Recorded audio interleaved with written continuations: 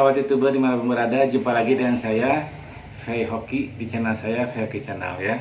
Nah, kali ini saya akan memberikan tutorial buat YouTuber pemula. Kita akan kupas tuntas ya tentang YouTube Short.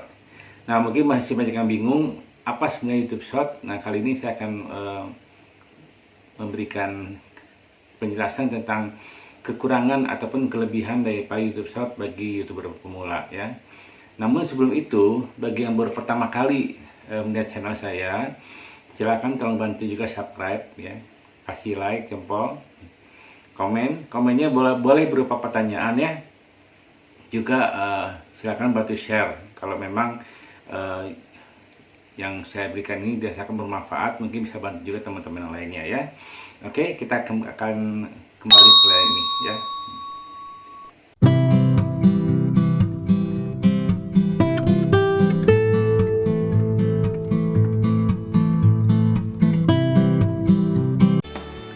Halo YouTuber Indonesia, sesuai dengan janji saya pada hari ini saya akan kupas tuntas tentang YouTube Short ya.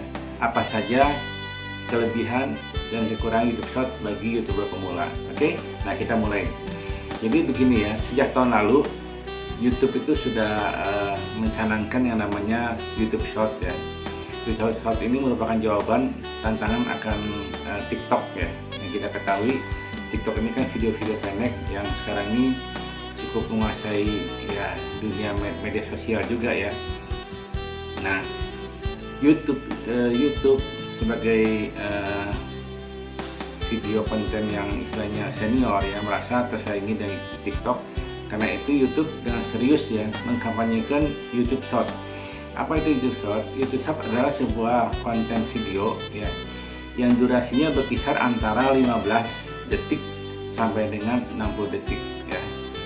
Saya ulang, jadi YouTube Short ini adalah video konten pendek yang durasinya antara ya, 15 detik sampai dengan 60 detik.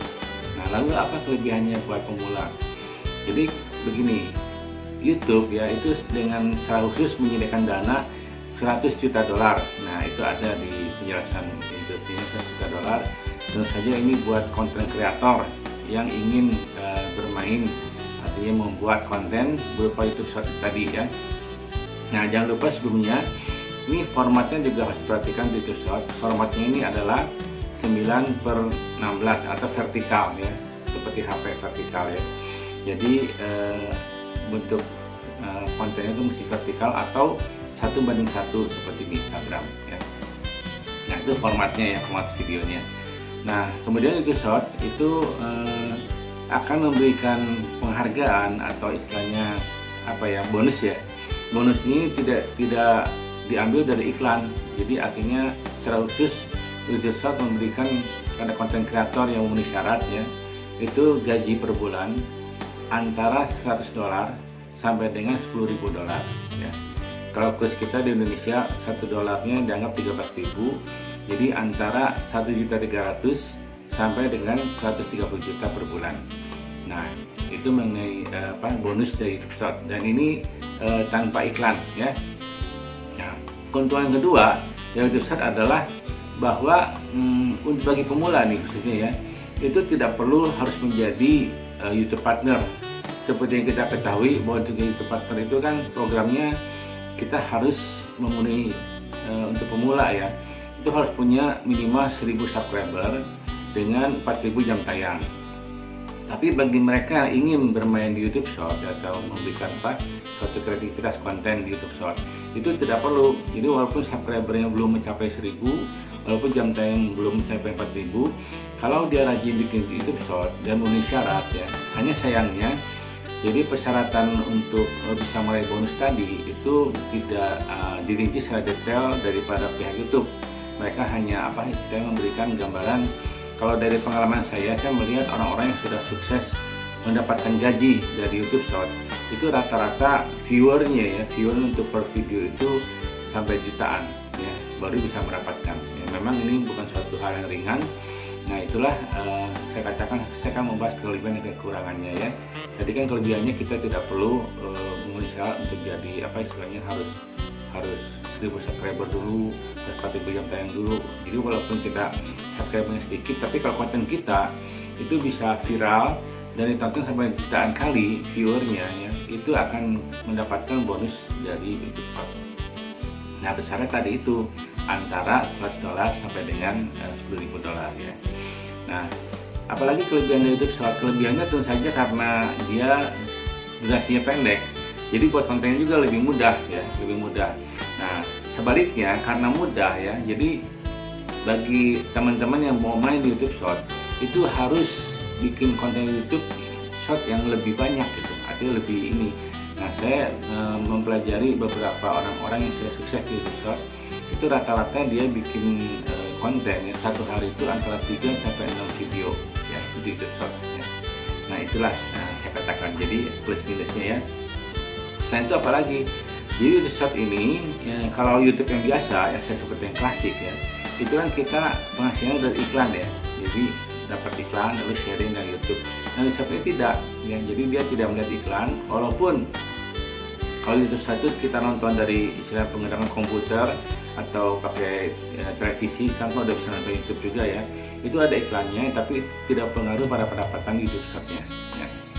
Kemudian apalagi YouTube Short ini harus hati-hati melihat email, karena begini, orang-orang yang sudah memenuhi syarat untuk mendapatkan bonus biasanya ini dia YouTube akan memberitahukan di awal bulan ya, di awal bulan bahwa Anda sudah memenuhi syarat untuk mendapatkan bonus ya, antara tanggal 8 sampai tanggal 10 ya. Nah, ini harus diklaim.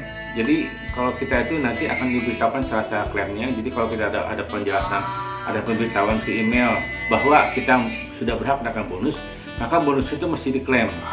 Nah, klaimnya itu dia tunggu sampai dengan tanggal 25.